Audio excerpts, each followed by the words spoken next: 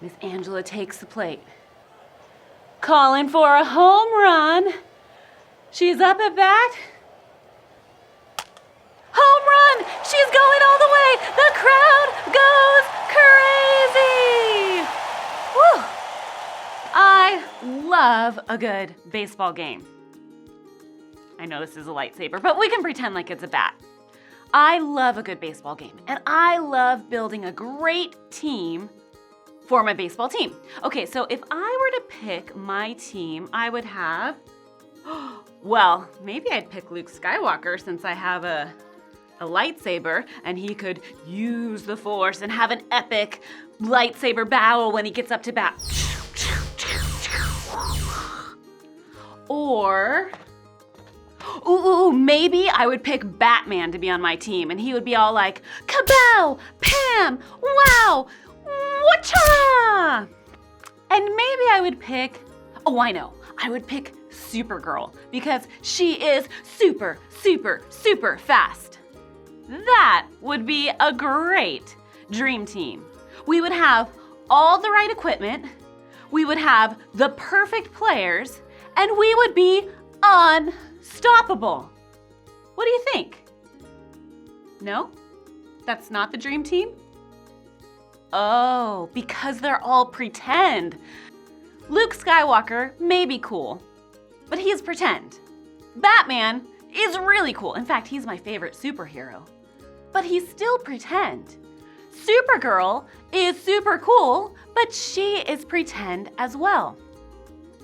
But what if I were to tell you about a hero who is not pretend? This hero is super mighty and strong. This superhero is everywhere. This superhero knows everything. And this superhero loves you. I'm talking about God. He is the greatest hero ever, and he is real, not pretend. So let me tell you a story about when he did a pretty heroic thing. So Joshua and the people were promised this amazing land. In fact, it's called the Promised Land. But in order to take it, they were going to have to go to battle, or so they thought. But God gave them clear instructions. Here's what he said. He told them basically to walk around the city for 6 days, to be quiet, to blow trumpets, and that was it. And in the end, they would shout. Now, I don't know about you, but if I were going into battle, walking, blowing trumpets, shouting, sometimes even staying quiet, doesn't seem like the battle plan I would think of. In fact, I would think of we would need the best armor. We would need the dream team of soldiers to go to battle. But that wasn't what God's plan for the people was. And do you want to know what? The people were obedient. They followed God's instructions.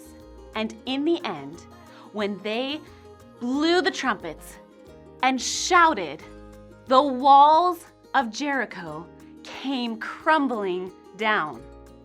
I kind of imagine it being like a really cool worship jam session. At least that's what it is in my mind. But here's the deal. When we look at that story, it's not about how strong the people were. It's not about them having all the right things for what they thought they should have in battle. No, it's about how strong God is. You see, with God, all things are possible. He is a strong and mighty God. And what we need to do is trust him when he has a plan for us, because his plan is good. And even if we are weak, he is strong.